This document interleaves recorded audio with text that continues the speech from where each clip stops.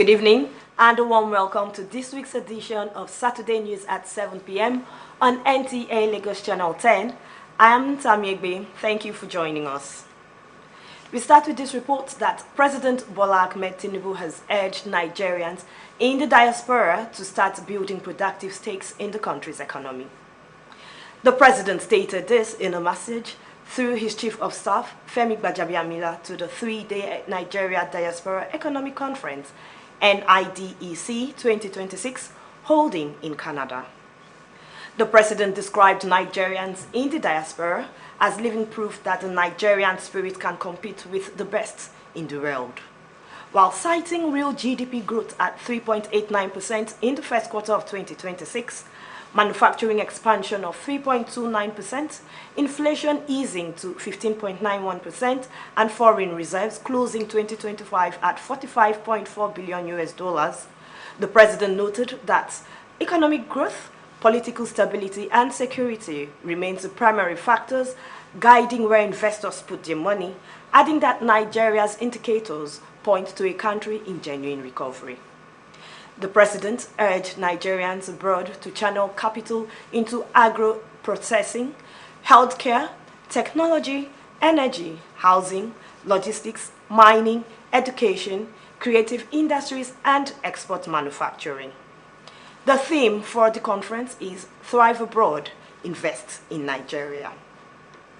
And up next, Nigeria's First Lady Oluremi Tinubu has inaugurated another alternative high school for girls as part of Renewed Hope Initiative goals towards providing access to education for the Nigerian child.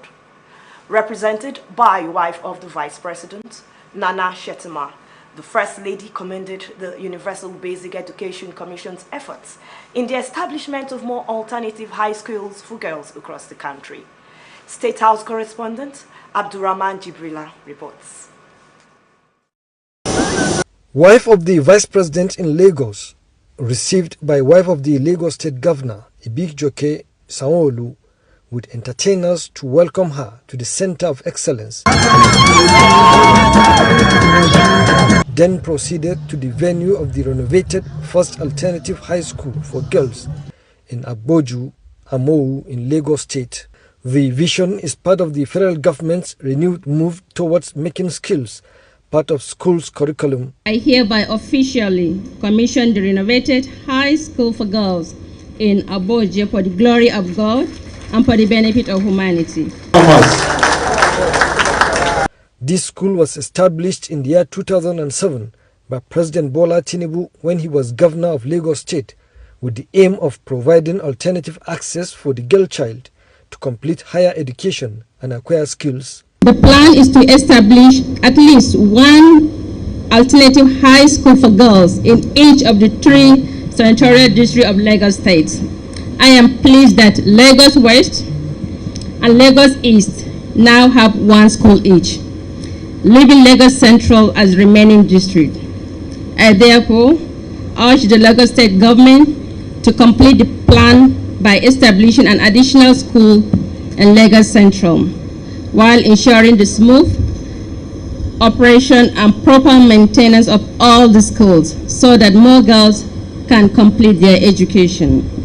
To the students, I encourage you to take the most of this opportunity. Let your personal define your future. With determination, discipline, and hard work, you can achieve your dreams and become positive contributors to our nation's development. The Alternative High School for Girls exists for girls and young women whose education might have been interrupted for one reason or another.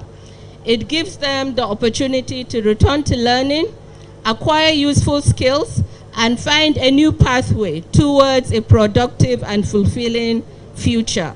Lagos State government promised to utilize the equipment provided for educational goals and skills development of the Nigerian child. This rehabilitation is a powerful statement that the first seed planted in Lagos remains precious to you, and Lagosians thank you most sincerely. Your passion for girl child finds a ready partner in Lagos State. Under our Teams Plus agenda, education and technology remain central pillars of our administration. Stakeholders appreciated the effort of the federal government through the Universal Basic Education Commission for providing 2 blocks of 26 classrooms fully equipped with vocational training and other relevant skills acquisition facilities expected to give more job opportunities to young Nigerians across different sectors of the economy. From Lagos, Abrahman Jibrila, NTA. Switching lanes to the security architecture of the state, Lagos State Governor Babajide Sanwo-Olu has called for stronger collaboration among governments, security agencies, communities and residents to safeguard lives and properties across the state. The governor made the call at the 13th summit of the Association of Lagos State Retired Heads of Service and Permanent Secretaries in Alausa. Joy Ken Abakuya reports. Represented by the Secretary to the State Government, Bimbola Salu-Hudein, Governor Babajide Sanwo-Olu said his administration has continued to strengthen Lagos's security architecture through investment in technology, intelligence gathering, training, and interagency collaboration. He stressed that lasting security cannot be achieved by government alone, urging residents and stakeholders to embrace a culture of shared responsibility in protecting lives and property. The governor also called on retired heads of service and permanent secretaries to leverage their experience in developing practical solutions to strengthen crime prevention, emergency response, and public confidence. I therefore encourage this distinguished gathering to go beyond discussion and develop practical, actionable recommendations that can strengthen prevention, community participation, intelligence sharing, emergency response, and public confidence. Head of Service Bode Aguru described the protection of lives and property as a foundation of sustainable development, while the Alaro's President Nuruddin Ojora Adejiyan called for greater investment in surveillance technology, intelligence sharing, and stronger community participation to tackle insecurity. Every resident of Lagos State to work together in fostering a culture of vigilance, responsibility, and respect for the rule of law and shared accountability. Safety and sanctity do not just happen. They are the result of collective consensus and public investment. That reason remains true to today. Nigerians should be rest assured that the Nigerian police force is always there to make sure that Nigerians are secured. And all we need is just collaboration, cooperation, synergy with all the security agencies and the citizens too. The summit ended with a renewed commitment by stakeholders to deepen collaboration and build a safer, more secure and resilient Lagos. In Lagos, Joy Ken Abakuya, NTA News. Still discussing matters relating to security, police train officers on AI to outsmart tech criminals as technology continues to reshape the nature of crime. The Nigeria Police Force is equipping its officers with information and communication technology, artificial intelligence, and digital skills to strengthen the fight against emerging technology-driven crimes. Francis Wong completes the story. Crime is no longer fought only on the streets. Increasingly, criminals are operating in the digital space using technology to defraud victims, steal data, and evade detection. To stay ahead, the Nigeria Police Force is training police trainers in ICT, artificial intelligence, and digital skills, building capacity to tackle technology-driven crime. From deep fakes and voice cloning to digital manipulation, emerging technologies are giving criminals new tools. The Inspector General of Police have given everybody a marching order to use technology to be able to fight crime. And that's why we decided from the training department that the best way and the best thing to do is for us to train our people on how to use technology to be able to fight crime. And of course, how to use artificial intelligence to be able to fight AI-generated crime. The training is therefore focused on helping officers to understand these technologies and how they can be deployed in crime detection and investigation. The question helps you understand what you're looking for. This knowledge will help us develop courses content that we would apply at the training institutions to assist us. We're not just teaching them artificial intelligence alone, we're teaching them surveillance. We're looking at drones, how we can equip them with drone training to be able to carry out surveillance in this era of kidnapping. Technology is not enough. Officers must have the skills to use it effectively. Francis from NTA News.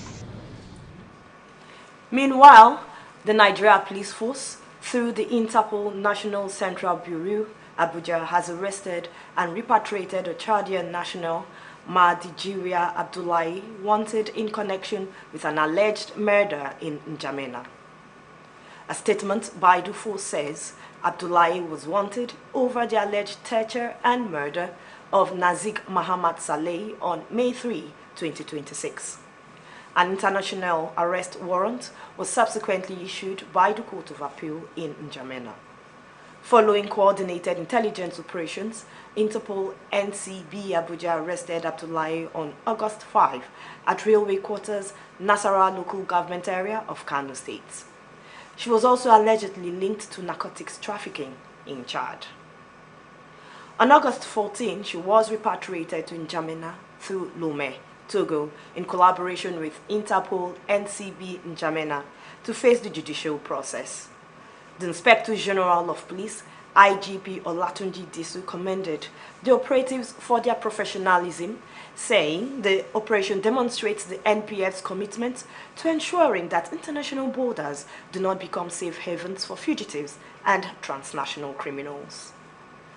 And now we'll go for a brief break. More reports on the other side. Please stay tuned. We'll be right back. Do you need hotel service that runs hospitality business as real business? Then look no further, because Suru Express Hotels is readily available to meet your hotel accommodation needs in a cozy and serene atmosphere. Courtesy and care greet your arrival at our front desk while you're checking out our various rooms, suites, deluxe, standard and express gold, all fitted for purpose you desire. Healthy nutrition is also a top priority at our tastefully organized restaurants in Suru Express Hotels. With our ultra-modern gymnasium, maintaining your fitness is guaranteed in a conducive atmosphere.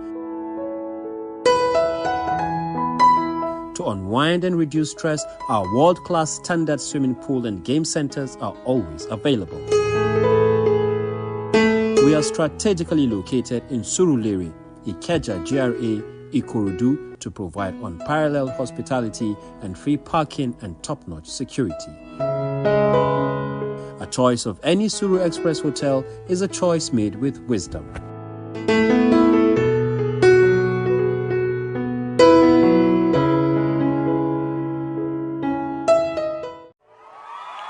Ladies and gentlemen, welcome to the biggest finale of the year. Two culinary giants, one bottle of Power Oil, one title on the line, the Power Oil Certified MasterChef Challenge. Oh, what a move! He slices past the peppers. Beautiful control. Look at that knife work. Because here, it's not just the cooking, it's the crowd behind you. And the fans are pouring in behind him. The votes are climbing.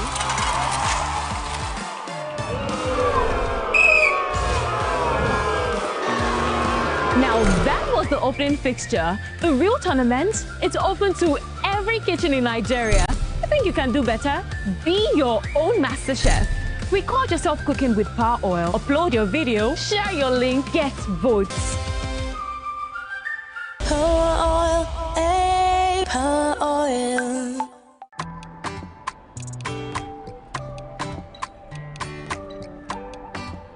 E get why we dey pray for our family every day. E get why we dey get up to go hustle every day. E get why.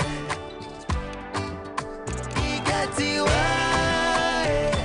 And e get why Nigerians trust M and B paracetamol, the red one, every day. E dey show pen red card kia kia, so we fit to face life without pens. E get why. Therefore, next time pain show him what face, knock am with A&B paracetamol, the red one. A&B paracetamol, the red one na for you and your family, and the clear pain, small cold and fever, one hand. If your symptoms no clear after 2 days, go see doctor.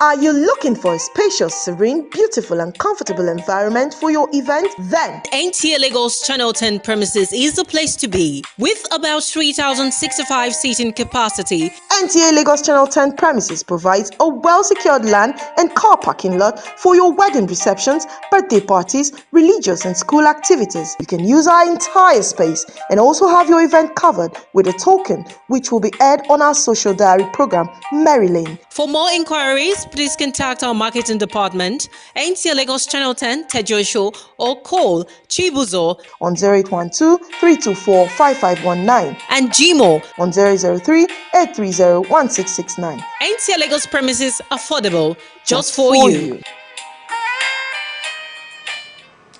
You're welcome back to Saturday News at 7 p.m. on NTA Lagos Channel 10.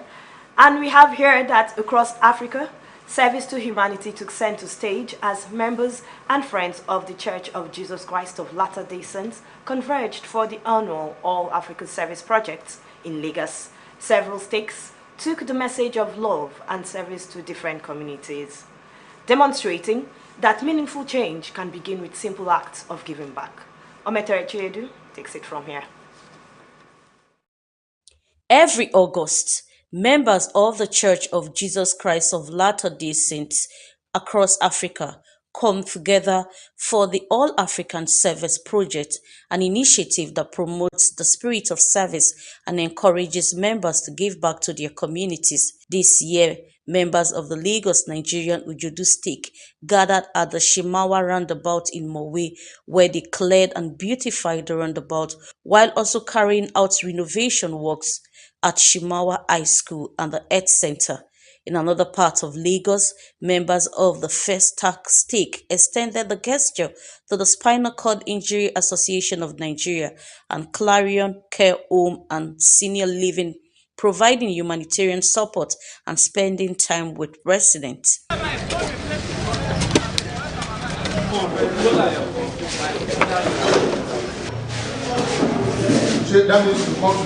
Speaking on the significance of the exercise, the stake president, Lagos Nigerian Ujudu stake, Osaigaye Usamuyime, says the initiative is inspired by the example and teachings of Jesus Christ, particularly the call to live a life of service. Basically, we look at our area, look at what we feel we need and do it. For this year, we look at our health center in Shimawa. We look at the school. We also look at this roundabout. We feel the need to improve on it. Okay, and I'm excited that a lot of us turn out and we are doing this today.